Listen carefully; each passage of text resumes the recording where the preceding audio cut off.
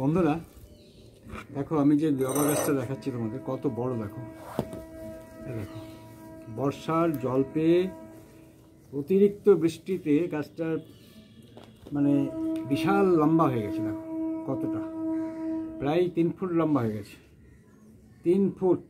এ দেখো টপ, এইটা টপ, এই টপ থেকে দেখো আস্তে আস্তে দেখো, বুঝতে পারবে কত লম্বা হয়েছে। তো এত লম্বা গাছে তার ফুল ফুটবে না, তারপর টবে। আর এত লম্বা করলে গাছের যে এটা দেখছে না, প্রতিটি পাতায় কিন্তু ইয়ে হয়ে গেছে, বিবর্ণ হয়ে গেছে, বাদামি হয়ে গেছে পাতাগুলো বিবর্ণ হয়ে গেছে, খাবার পাচ্ছে না। আর সবচেয়ে বড় ব্যাপার, গাছটা লম্বা হয়ে যাচ্ছে, ফুলটা আমার ঠিক মতন দিতে পারবে না। যার জন্য আমি গাছটাকে আজকে প্রুনিং করবো। আজকে প্রুনিং করে গাছটাকে আমি একটু সার দেবো, সার দিয়ে তারপর গাছটাকে আমি পরিচর্যা করে রেখে দেবো। তো দেখো আমি প্রুনিংটা কীভাবে করছি। প্রুনিংটা করতে হবে, আমাকে গাছটাকে ঝাঁকড়া করতে হবে। তো ঝাঁকড়া করতে গেলে গাছটা ঝাঁকড়া তো হয়েই ছিল, কিন্তু এত বৃষ্টিতে, মানে এবারের বৃষ্টিতে মানে সাংঘাতিক। তো আমি কি করব না, প্রতিটি ডাল আমি কিন্তু দুটো একটা করে মুখি রেখে, মানে চোখ রেখে আমি কিন্তু কেটে দেবো। দেখো দেখো এরকমভাবে আমি কেটে দিচ্ছি, কিন্তু পুরোপুরি কেটে দেবো, নির্মমভাবে কাটবো। হ্যাঁ, গাছটা হয়তো খারাপ লাগবে, কিন্তু কিছু করার নেই এখানে। আমাকে না কাটলে, পোলিং ঠিক মতন না করলে আমার কিন্তু ফুল দেবে না। যে জন্য আমার গাছটা লাগানো, সেইটা উদ্দেশ্যটা আমার মানে ব্যর্থ হয়ে যাবে। যার জন্য আমি কিন্তু একদম ফুল পোলিং করে দিচ্ছি, একদম। মানে পুরনো ডাল আমি আর রাখছি না, একদম নতুন করে বেরিয়ে যে ডালগুলো থাকবে সেটাই কিন্তু থাকবে, সেটাই হবে। দেখো কীভাবে পোলিংটা করছি। হ্যাঁ, আমি কিন্তু রেখে কাটছি, মানে আবারও ঠিক মানে মোটামুটি 15 দিনের মধ্যে গাছ আবার ঝাঁক হয়ে যাবে। হ্যাঁ, পুরো 15 দিনের মধ্যে গাছটা কিন্তু ঝাঁক হয়ে যাবে এবং প্রচুর ফুল দেবে। হ্যাঁ, মানে যাচ্ছে তাই লম্বা হয়ে গেছে, অতিরিক্ত বৃষ্টিপাত না, কিছু করার নেই। হ্যাঁ, বৃষ্টিকে তো আমরা বন্ধ করতে পারি না, প্রকৃতি তার নিজস্ব গতিতে চলবে, বারবারই আমি বলি। তো এখানে আমি কী করবো না, এটা দুটো ডাল বেরিয়েছে, এটা একটা ডাল, দুটো ডালই কাটবো, কিন্তু একটু জায়গা রেখে এরকমভাবে কেটে দিচ্ছি। দেখো দেখো এইভাবে কাটলাম। এই ডালগুলোকে এই যে ডালগুলো রয়েছে এগুলো কিন্তু হবে না, এটাকে আমি এখান থেকে কেটে দিচ্ছি। গাছটা একবারে মানে বিবর্ণ হয়ে গেছে, এটাকে এখান থেকে কাটলাম। মানে প্রত্যেকটি ডাল কিন্তু আমি কেটে ফেললাম। দেখো কতগুলো ডাল কাটলাম, দেখো দেখো বন্ধুরা কত ডাল কাটলাম। হ্যাঁ, এই ডালগুলো কিন্তু কেটে ফেললাম সব, কারণ না কাটলে আমার ফুল দেবে না। অতিরিক্ত লম্বা হয়ে গেলে কী হবে, কিছুতেই ফুল আসবে না, কিছুতেই না। এবার আমি যেটা করব, যে শুধু যে কেটে দিলাম নির্মমভাবে, কিন্তু এটা আমার আরেকটা কাজ আছে। গাছটা তো মানে গ্যাঙ্গিন হতে পারে, বর্ষাকাল চলছে, সে সবসময়ই আমাদের মনে রাখতে হবে, যখনই আমরা কাটবো, কোনো ডাল কাটবো বা ডাল কাটলে পরে কিন্তু একটা সবসময় ব্যবহার করবে। হ্যাঁ, আমি সব সময় ব্যবহার করি অ্যান্টি ফ্যাঙ্গাস কিন্তু দেবে। হ্যাঁ, যে ডালগুলো তুমি কাটবে, দেখো আমি ব্রাশটাকে ভিজিয়ে নিলাম। এবার আমি ফ্যাঙ্গাসাইড দিয়ে দিচ্ছি। এবার আমি প্রতিটি ডালে কিন্তু ফ্যাঙ্গাসাইড দিয়ে দেবো। যেখানে যেখানে আমি কেটেছি সব জায়গায় আমি কিন্তু ফ্যাঙ্গাসাইড দিয়ে দিচ্ছি। দেখো সব ফ্যাঙ্গাসাইড দিয়ে দিচ্ছি। এটা আমি ফ্যাঙ্গাসাইড যেটা ব্যবহার করি সেটা হচ্ছে সার্ফ, এবং এটাই ব্যবহার করো। এটা খুব ভালো মানে কাজ দেয়, দারুণ কাজ দেয়। হ্যাঁ, প্রত্যেকটি ডালে কিন্তু আমি লাগিয়ে দিচ্ছি, প্রত্যেকটি ডালেই কিন্তু আমি যেখানে যেখানে কেটেছি প্রত্যেকটি ডালে আমি লাগিয়ে দিচ্ছি, যাতে কোনোভাবেই গ্যাংগ্রিন না হয়, অর্থাৎ পচন না ধরে। এর কালারটা হচ্ছে স্কাই গ্রিন টাইপের। হ্যাঁ, সুতরাং বলে দিলাম আর কি কালারটা কি হয়। হ্যাঁ, স্কাই গ্রিন। দেখো এটা স্কাই গ্রিন টাইপের, সুতরাং কালার বলে দিলাম, নাম বলে দিলাম।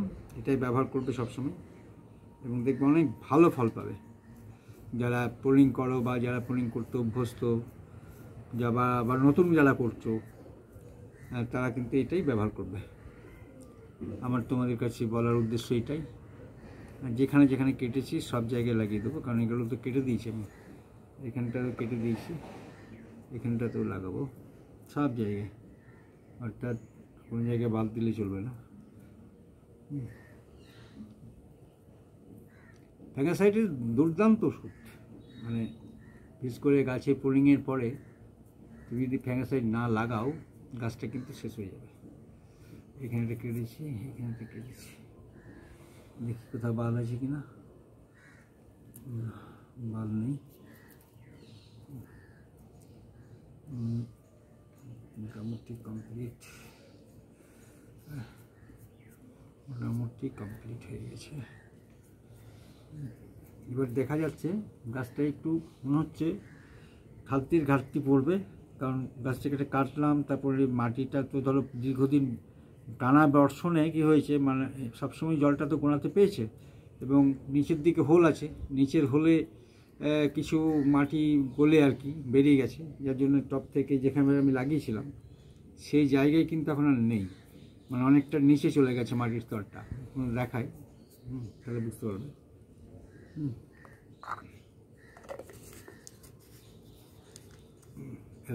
যেভাবে মাটিটা ভরেছিলাম মোটামুটি 1 ইঞ্চি বাদ রেখেছিলাম, কিন্তু এখানে দেখা যাচ্ছে প্রায় 2.5 ইঞ্চি মানে ডিপে চলে গেছে মাটিটা, মানে এই মাটিটা গলে নিচের দিকে এই যে ফুটোগুলো রয়েছে, এই যে ফুটোগুলো রয়েছে, ফুটো দিয়ে বেরিয়ে চলে গেছে, গলে গলে মাটি এবং কিছু বালি সেটাও গলে বেরিয়ে গেছে, যে আমার ছাদটা দেওয়া ছিল। এখন একে একটা যেহেতু একে পুলিং করলাম, সেই জন্য আমাকে মনে রাখতে হবে যে একে আমার একটু খাবার দরকার, তো খাবারটা আমি দিচ্ছি এখনই। দেখো বন্ধুরা, এবার আমি খাবারটা নিয়ে এলাম। এটা হচ্ছে কি দেওয়া আছে, পাতা পচা সার দেওয়া আছে, নিম খোল মেশানো আছে, এ দেখো নিম খোল, পাতা পচা সার আর তোমার সাধারণ খোল এটা দেওয়া আছে, আর ভার্মি কম্পোস্ট দেওয়া আছে, এর মধ্যে পুরোটাই দিয়ে দেবো। এ দেখো এটা পুরোটাই দিয়ে দেবো।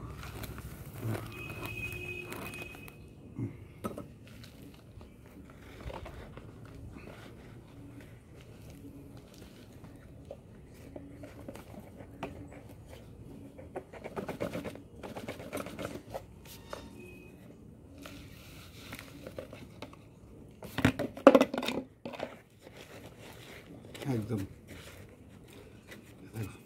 এতটা ভরে দিলাম। পাতা পচা সার এবং ভার্মি কম্পোস্ট বা মানে নিম খোল এবং খোল এগুলো মিশিয়ে এইগুলোর মিশ্রণে যেটা তৈরি করা আছে সেটা আমি ওকে দিয়ে দিলাম। এবার অটোমেটিক্যালি গাছটা কিন্তু গ্রোথনেসটা বেড়ে যাবে।